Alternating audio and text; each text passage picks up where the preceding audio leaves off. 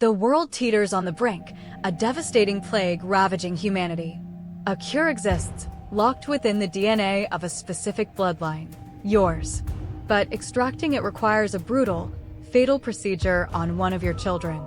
You have two, one vibrant and healthy, the other already succumbing to a slow, agonizing illness. The fate of billions rests in your hands, a single, impossible choice separating hope from extinction. The sterile white walls of the lab press in, amplifying the silence, the weight of a world's despair crushing your very soul.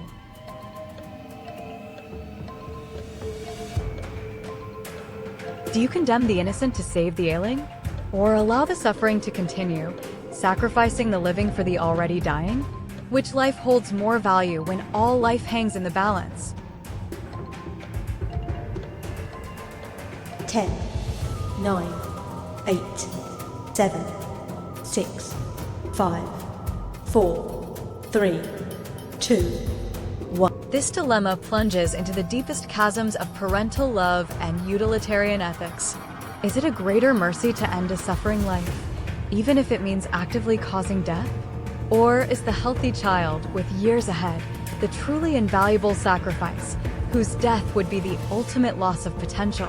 The psychological torment here is not just about making a choice, but about living with the knowledge that you chose one over the other, forever stained by the decision to play God with your own blood.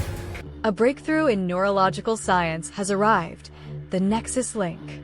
It promises absolute peace, an end to poverty, crime, and war, by gently overriding individual free will, aligning every mind towards collective harmony. Dissent, ambition, negative emotion all vanish. But so too does true individuality, the messy, beautiful chaos of independent thought. You're the global leader tasked with its implementation. The world, exhausted by generations of conflict, begs for an end, oblivious to the true price.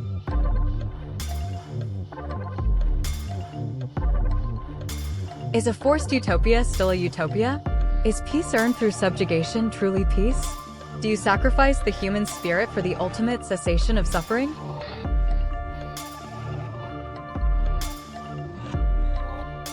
Ten, 9, 8, 7, 6, 5, 4, 3, 2, 1. This taps into the core philosophical debate of freedom versus security. The human psyche craves order, but at what cost?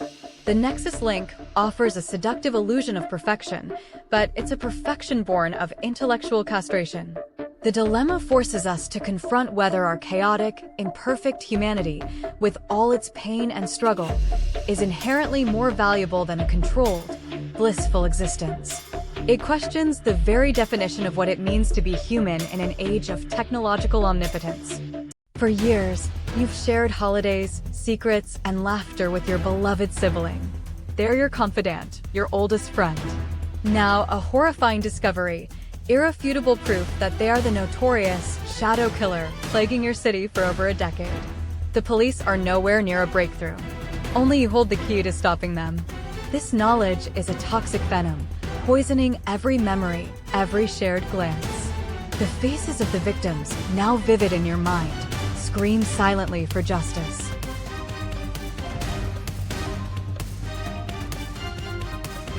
Can you betray the blood that runs through your veins?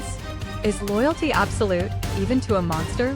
Or does your moral compass demand you become the instrument of their downfall, forever shattering your own world in the process? 10, 9, 8, 7, 6, 5, 4, 3, 2, 1. This dilemma is a brutal test of familial bonds against universal moral imperatives. It's not just about a choice, but about the irreversible destruction of one's personal world. The psychological impact of realizing your cherished sibling is a predator is immense, leading to profound self-doubt and existential crisis. The choice reflects whether one prioritizes the deep, inherent loyalty to family, even when that family commits unspeakable evil, or if the broader societal good and justice must ultimately prevail, regardless of personal cost. The Great Barrenness swept the globe, leaving humanity on the brink. Generations have passed without new life.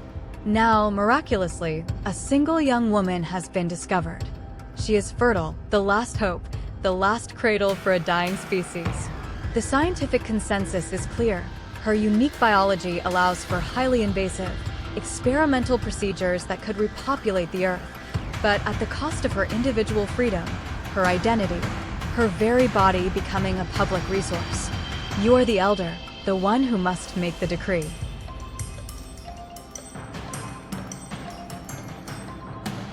Is one life's autonomy worth the end of all life?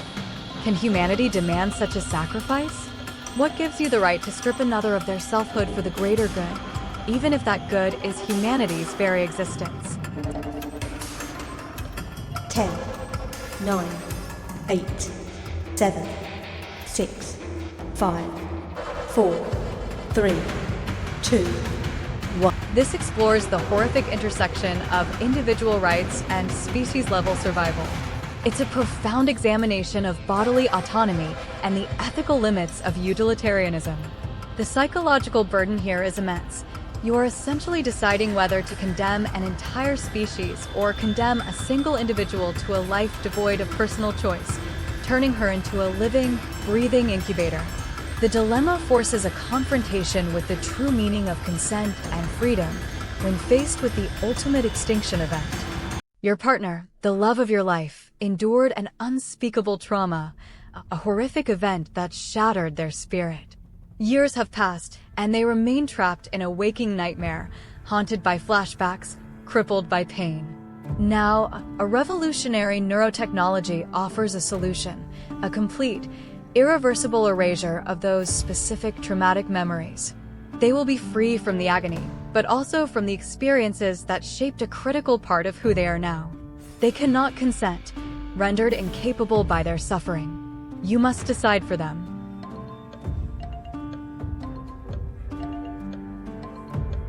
Do you play God with their mind, trading truth for peace? Is ignorance truly bliss when it means stripping away experience? What right do you have to redefine someone's past, even to save their future?